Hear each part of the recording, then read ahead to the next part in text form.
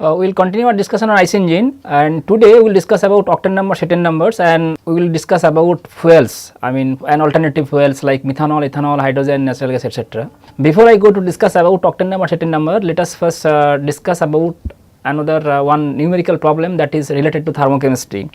So, we have discussed about that what is the thermochemistry and the chemical reaction. I mean, we have seen that actually fuel basically fuels are basically a family of hydrocarbons. So, depending upon the number of hydrogen atom and carbon atom, whenever we use a particular fuel for the combustion, all the carbon will be converted to carbon dioxide, hydrogen will be converted to H2O, and there will be there requires stoichiometric oxygen. That amount will be good enough to convert all the carbon into carbon dioxide, hydrogen into H2O, and there should not be excess oxygen, so that we may get NOx and CO. So, we need to know that what will be the stoichiometric or chemically correct amount of oxygen required to burn a particular fuel, I mean when it is used in internal combustion engine, and that information is obtained from the thermochemistry of the fuel. So, today we will work out one example to know that what if a particular hydrocarbon is given a generalized formula CXHY, then how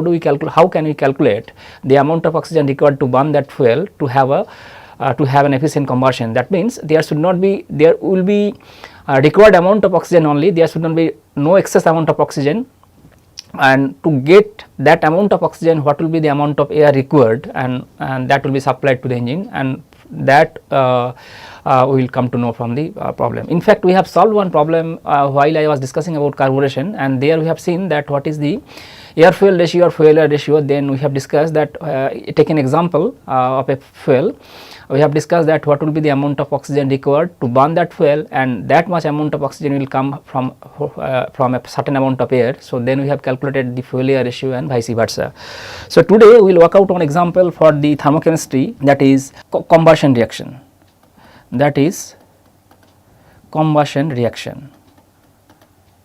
So, basically thermochemistry of the fuel.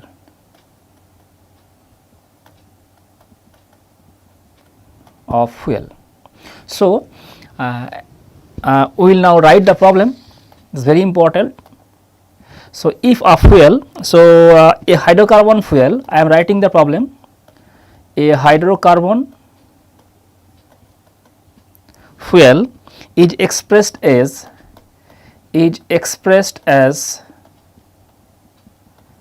CXHY. Write the stoichiometric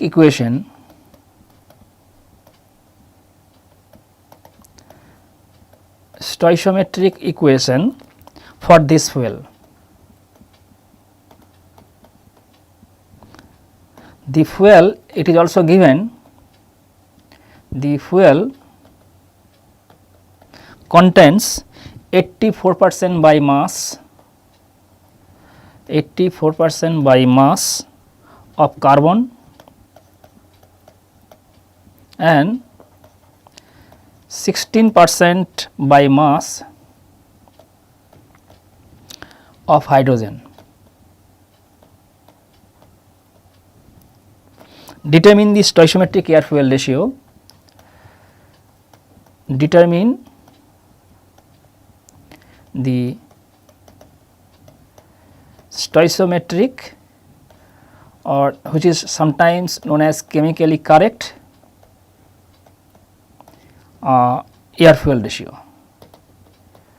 As I said you that this will be obtained from the thermochemistry of the fuel, that a hydrocarbon is generalized expression, that is CXHY. So, the number of hydrogen atom and number of carbon atoms eventually dictates the amount of oxygen required, and if that amount of oxygen is required for the complete combustion or complete burning of the fuel, there should not be incomplete combustion. So, to burn that amount of fuel, if we require certain amount of oxygen, then what will be the adequate amount of air we need to supply per kg of fuel. That information is obtained from the combustion reaction, and that is what we have discussed. So, we have to solve this problem. So, this is the problem statement. So, we have to solve. So, now how can I solve that? It is very important. So, we need to write the generalized expression, rather a chemical reaction for the fuel. So we will write first the combustion reaction or chemical reaction or combustion reaction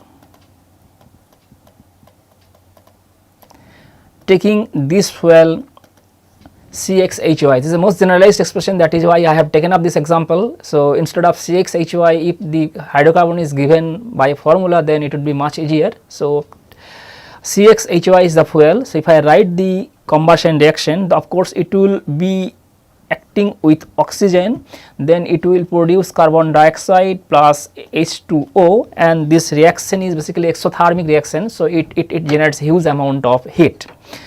So now we need to know that for the complete combustion, that means all the carbon atom will be converted to carbon dioxide and all the hydrogen atom will be converted to H2O molecule. So for that, how much amount of oxygen required, that information will be obtained from this reaction, and knowing the amount of oxygen, knowing the required amount of oxygen for this particular fuel to have complete combustion, we can calculate the amount of air needs to be supplied for that to the engine for the complete combustion. So if I like to balance this reaction, then probably I can write this is X CO2 and this is Y by 2 H2O. Then if I would like to obtain all carbon, if all carbon converted to carbon dioxide and all hydrogen converted to H2O molecule, then probably the amount of oxygen required, it will be X plus Y by 4. This is the reaction. We need to calculate first the amount of oxygen required. It is given that the fuel contains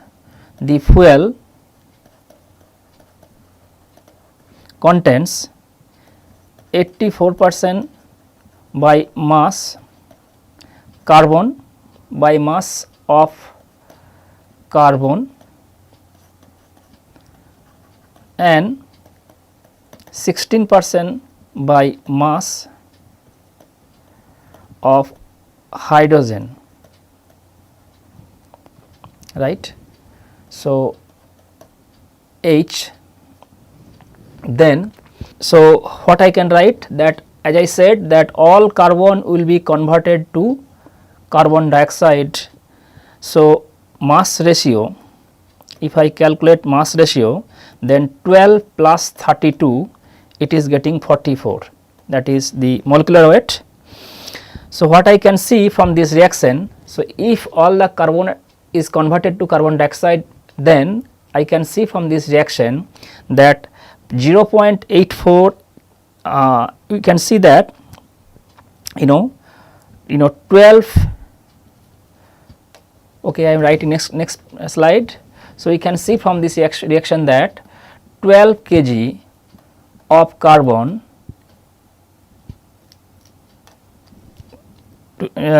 needed, how much, 32 kg of 32 kg of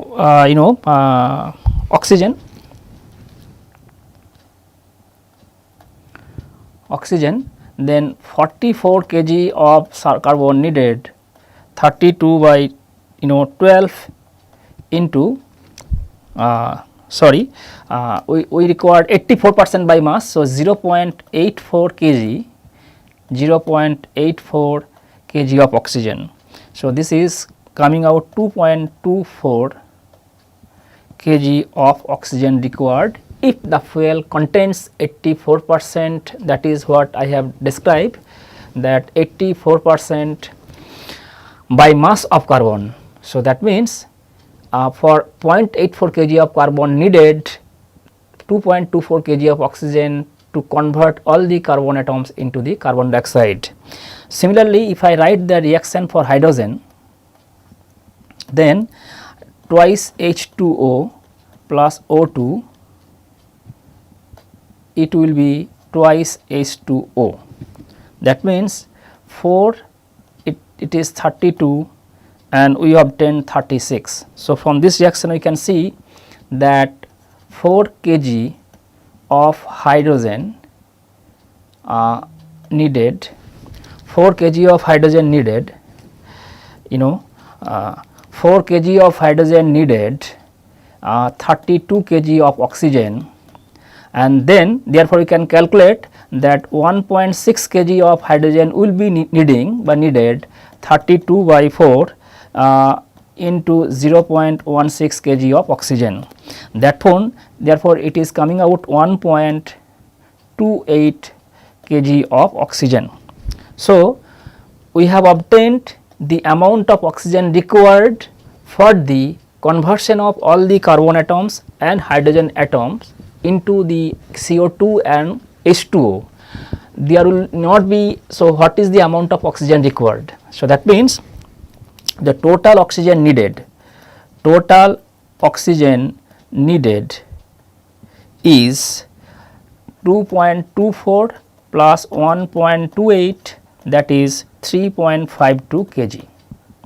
So we require 3.52 kgs of oxygen for the complete combustion. That means all the carbon atom will be converted to carbon dioxide, all the hydrogen atom will be converted to H2O molecule. There should not be any excess oxygen, so that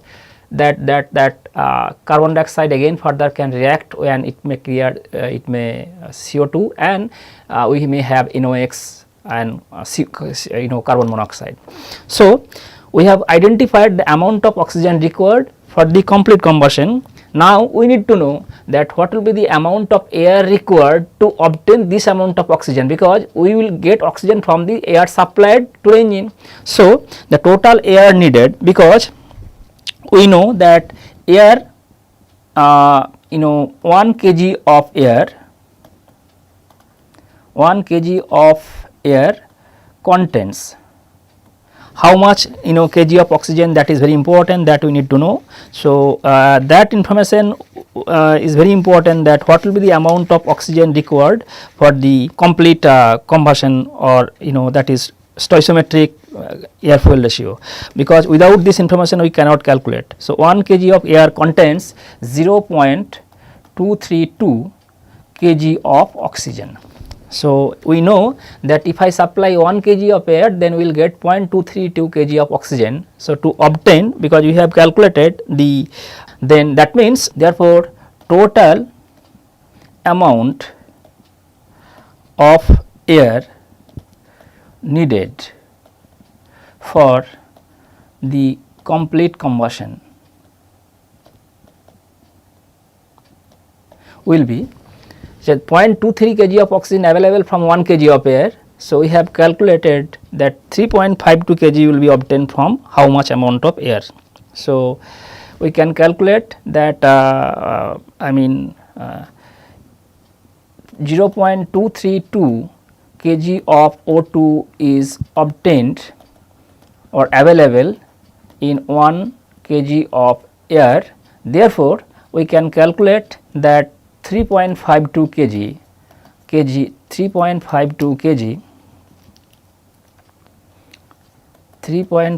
kg of oxygen is obtained from 3.52 by 0.232 kg of air, right.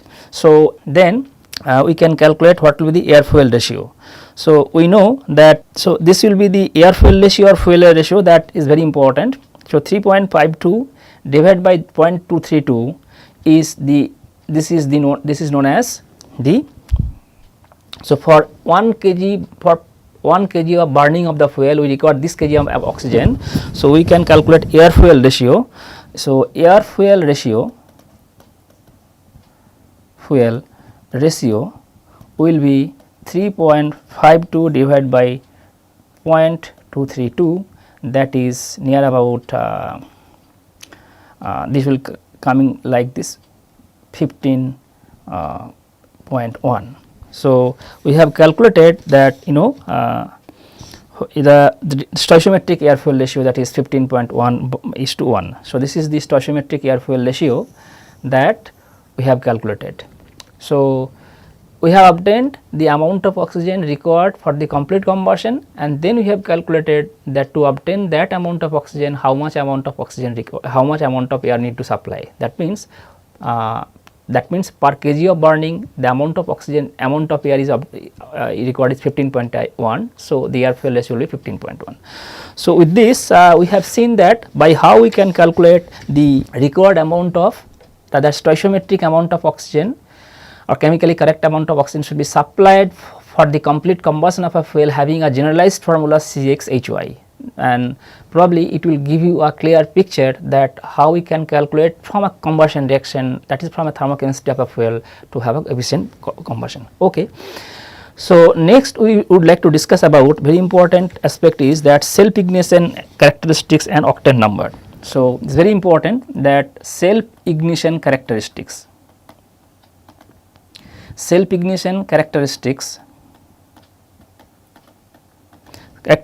of fuel,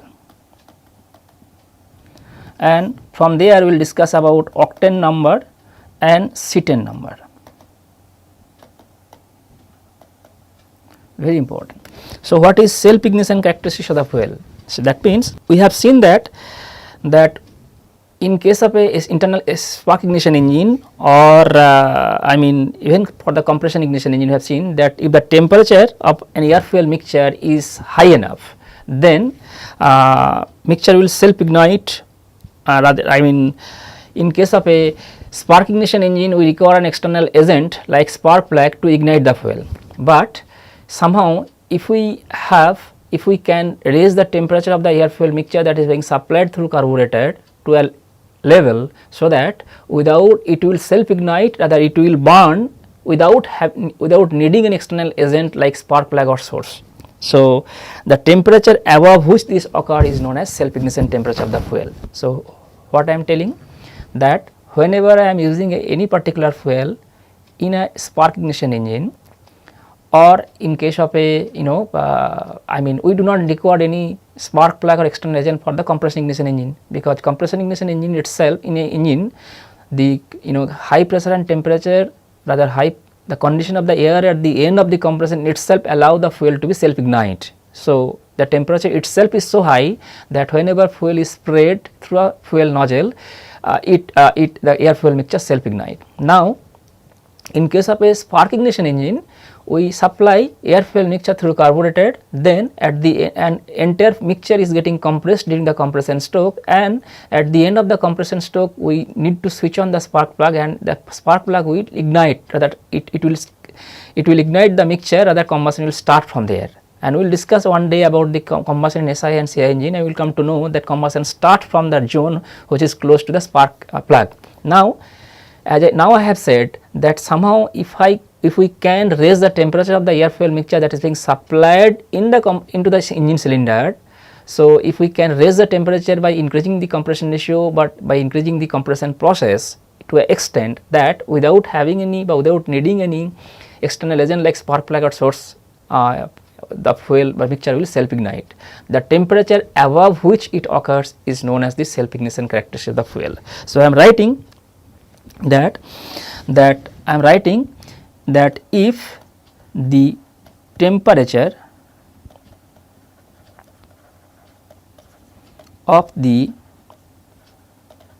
air fuel mixture is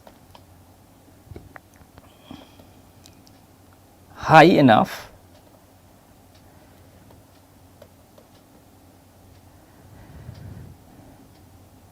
becomes high enough, if the temperature of the air fuel mixture becomes high enough during the compression stroke, during the compression process, the mixture that is air fuel mixture will self ignite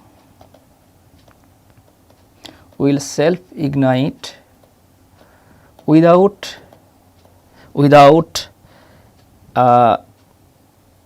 the requirement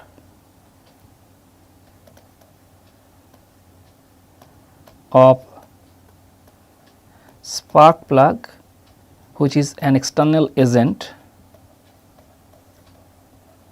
or any other source or any other sources.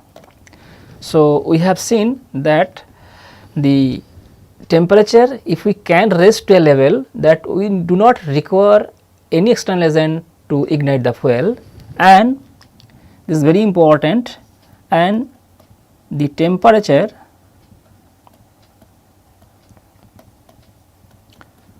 of the mixture, the temperature of the mixture above which it occurs is known as the self ignition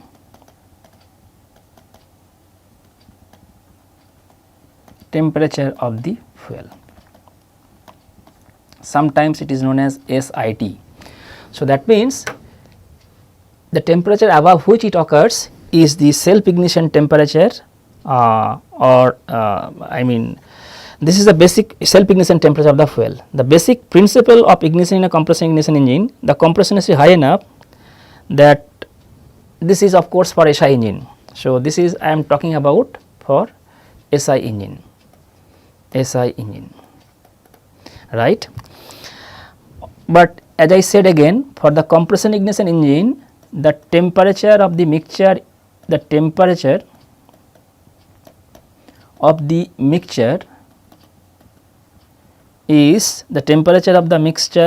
is high enough, and high enough that the temperature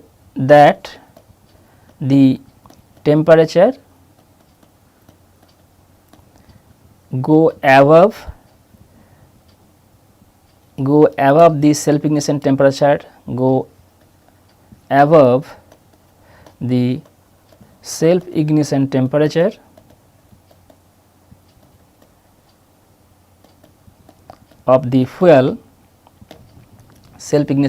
of the fuel, and then ignition occur when fuel is injected, when fuel is spread through nozzle. So, here the temperature is always above the self ignition temperature of the fuel. So, it do not require any external agent for the to initiate the combustion. That is what we have seen. Now, question is, if I try to draw the temperature versus time, very important. Now, if I try to draw the self ignition characteristics of the fuel. So, if I try to draw that self ignition characteristics of fuels. So, if I try to draw, very important, that time versus. So, if I take time along x axis and if I take temperature along y axis, then what I can see from the graph that we will discuss now. So, if we take time as x axis and temperature y axis, suppose if I take a particular fuel, so whose self ignition temperature is having a fixed value. So, this is the self ignition temperature of a particular fuel. So, this is the self ignition temperature of a particular fuel that is fixed. Now, question is, if I increase the, so during the compression process we are increasing the temperature, maybe we are increasing in such a way that, so we are increasing the temperature. Now, if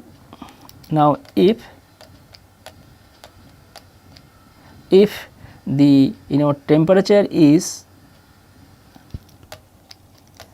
so if I draw the temperature and temperature is less than the self ignition temperature, if the temperature less than the self ignition temperature, so here temperature rise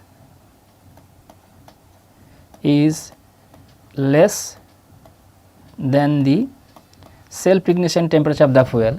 So, here we do not have any self ignition. So, it will be always cooled off, mixture will be always there is no self ignition will occur. I mean, since the temperature rise during the at the end of the compression stroke, at the end of the compression stroke is less than the self ignition temperature. But so this is compression heating, of course. So this is rise in temperature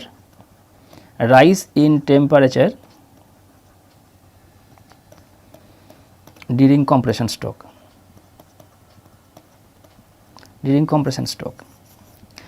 Now, if I increase the self ignition temperature and then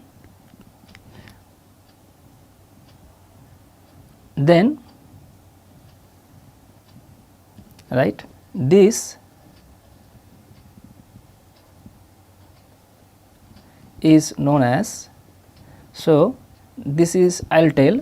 So, even if I rise the temperature above the self ignition temperature, we can see that immediately after, whenever temperature reaches just above the self ignition temperature, combustion may not take place, but entire combustion will require certain amount of time, there will be required a finite amount of time for the complete combustion, and then again we can see that this point is combustion completed and drastic rise in temperature,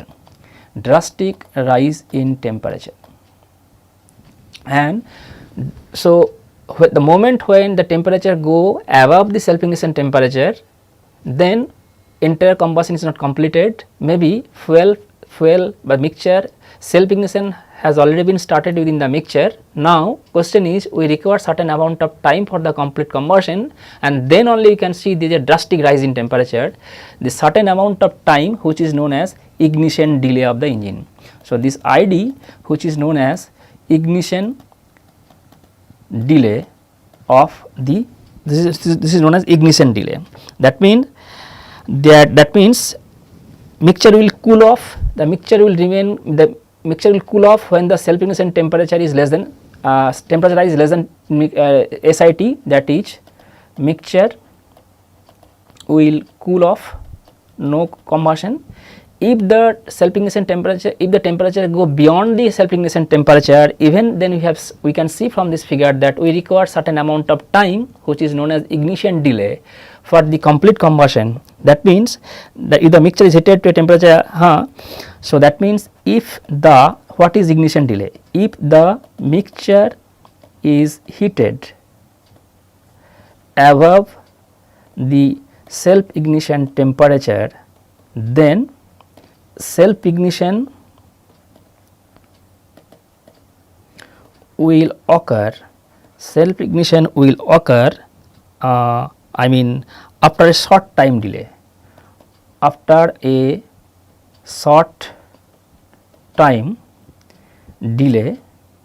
which is known as ignition delay or ID. This ignition delay, I am writing this ignition delay or ID, it has two different parts. One is known as physical delay, it consists of two different parts plus chemical delay. So this ignition delay, the time required to self ignite after reaching the self ignition temperature, which is known as ignition delay, and this has two parts, one is physical delay, another is chemical delay. And as I said you that maybe whenever the temperature of the mixture reaches above the self ignition temperature, combustion may start or may initiate, but to complete the combustion we require certain amount of time, and then only we can see that the drastic rise in temperature is an indication of having complete combustion. So we can see that the time required from initiation of the combustion to complete of the combustion is essentially the ignition delay, we can say.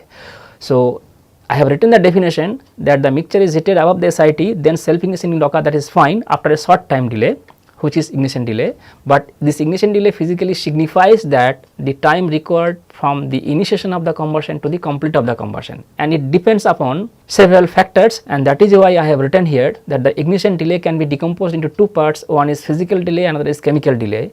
Physical delay, that is a time delay associated with the so many issues. That means whenever we are supplying, it will self ignition will occur, that is of course in the context of compression ignition engine. So we can't think about having self ignition in case of a spark ignition engine. So self ignition engine, that means self ignition, that means compression ignition engine. So it depends upon the total ignition delay. As I said you, there is a time required between the initiation of the combustion to the complete of the combustion. So maybe we are spraying fuel immediately after reaching the self ignition temperature. So it will take some time. Nozzle will take a finite amount of time to supply the spray, because until unless we are getting desired spray pattern and desired fuel in all the places, we cannot have complete combustion. So that is associated with the physical delay. That is the time required to have a complete spray of the fuel or required amount of fuel that will be sprayed into the engine through the nozzle. And chemical delay, it essentially depends upon the chemical characteristics of the fuel, because as I said you that nozzle is used to fragments the droplet, as I have discussed in detail about it in my last lecture, one of my last lectures. So we have seen that we need to decompose, we need to fragment fuel into smaller and smaller droplets. So whenever combustion might start from smaller droplets and it will go to the next and next, and that essentially depends upon the chemical compositions and chemical characteristics of the fuel, and that is why we require certain amount of time. So maybe whenever we are supplying fuel and the smaller droplet or the first fuel droplet will take part in the combustion, then it will percolate in the next droplet. So we require certain amount of time to initiate the complete combustion, to complete the combustion in the entire domain of the cylinder. That is why it is known as chemical delay. So physical delay, that is the time delay associated with the supplying complete amount of fuel with a desired spray pattern in the combustion chamber, and chemical delay, that is essentially associated with the chemical characteristics of the fuel, that depends upon which hydrocarbon we are using, and maybe number of fuel droplets we are having, and maybe when one droplet is taking combustion is completed, it will percolate to the next droplet, like so. So it depends upon the entire chemical combustion. So we have seen that the ID is essentially a small time required that which indicates that the combustion is completed. Now question is very important. So now if I draw another figure again, so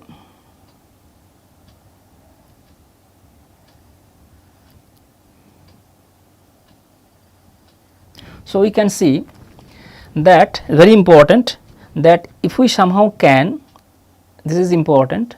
So the higher the initial temperature rise above the sea. So from there I can say I can write that if we increase the higher temperature rise, that is this is compression heating, that is the rise of temperature during compression, if it becomes higher, then we can see from the figure that the ignition delay reduces.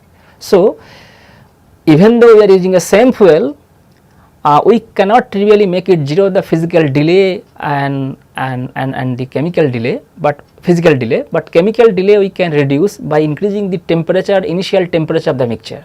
So we do not have control over the physical delay, because this is associated with the functioning of the nozzle itself.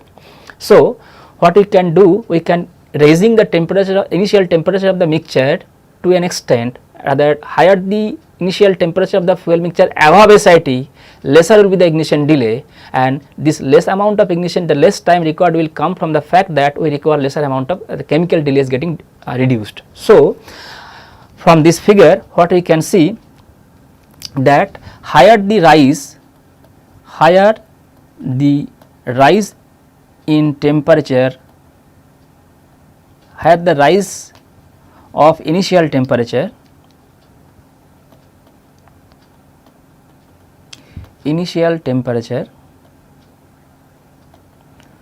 of mixture above self ignition temperature, the shorter will be the delay,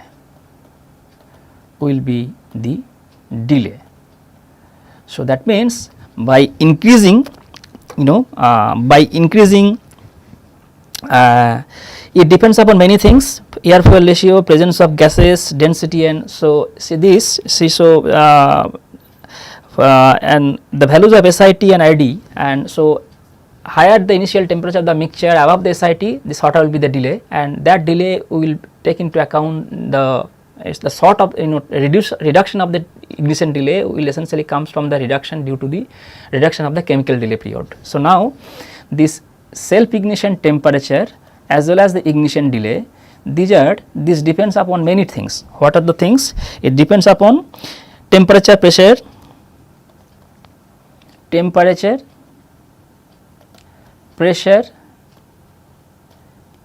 right, temperature, pressure, many variables. It depends upon many variables, depends upon many variables, temperature, pressure, inlet swirl, then air fuel ratio or fuel air ratio, whatever it is, fuel air ratio, then presence of inlet gas, and finally turbulence.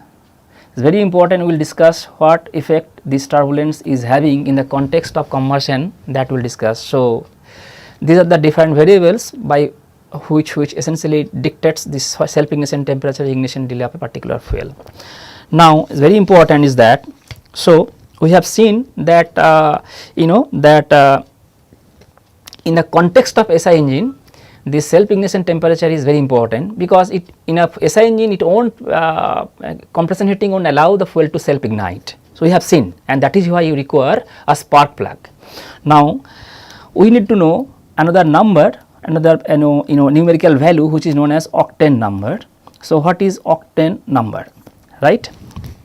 So I am writing the fuel property that describes how good a fuel will self ignite or not is called the octane number or just octane, right. The property that describes how good a fuel will self ignite or not is known as the octane number, right. So this is a numerical value. So this octane number is basically a numerical value. This is a numerical value. This is a numerical value. Is a numerical value, and we need to generate. So this numerical value and the scale we need to generate by comparing the self ignition temperature of two standard fuels in a test engine at specific condition. So we can experimentally generate a numerical value scale of the variable octane number. So if we know the octane number of two standard fuels, and then if you would like to know the octane number of any given fuel, then we can take that fuel in doing test in a engine at a specific condition. We can generate this scale by how, and what are the two standard fuel. So we have understood that in the context of SI engine, we do not know whether fuel will self ignite or not. In fact, fuel is not self igniting, that is why I require a spark plug. Now what will be consequence if the fuel self ignite in a SI engine, that we will know. So the octane number is basically, it's a numerical value that describes how good a fuel will self ignite or not, and we need to generate the scale of this number, and for that if we need to know the octane number of two standard fuels, and then if we would like to know octane number of any other fuel, then we have to take that fuel in a test engine at some specific condition, knowing the value of the octane number to other fuels. So these two standard fuels are used. Two standard fuels are very important. One is isooctane. I am writing isooctane, which is isooctane which is having octane number is equal to 100. Number 2, N-heptane. N-heptane, these are the hydrocarbon which is having octane number is equal to 0. So, these are the two extreme cases. So, by knowing the octane number of these two fuels, we can calculate what will be the octane number of any other fuel. So, this is very important that we can calculate, we can take that particular fuel in a test engine at specific condition, and from there we can calculate. I will give you the empirical formula from where we can calculate the octane number of any other fuel, knowing the numerical values of these two standard fuels, which is having octane number 100 and 0 for isooctane and heptane. Now, question is, so if the octane number value is high, then octane number value is high, that indicates the fuel is likely to self ignite. So, engines with low compression ratio can be used, can use fuel with lower octane number. So, I am writing this octane number which is ON. So, higher the value of octane number, fuel is less likely to self ignite,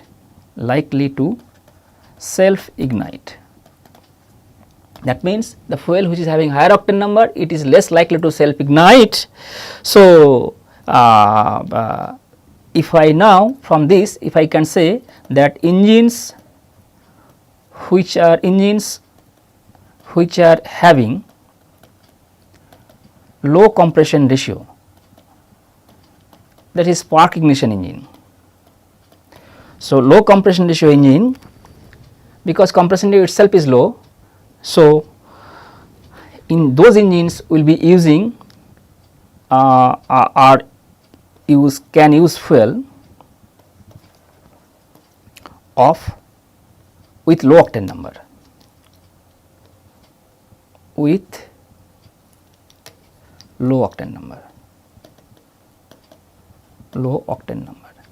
So, spark ignition engine which are having normally low compression ratio will use low octane number. If they use higher octane number fuel, it is less likely to self ignite, because it won't self ignite. So, if we use low octane number, so they will having tendency to self ignite. Since we are having low compression ratio, compression heating is not so much. So, that means they have if we use even on the top of that high value of octane number, then their tendency to self ignite will be less.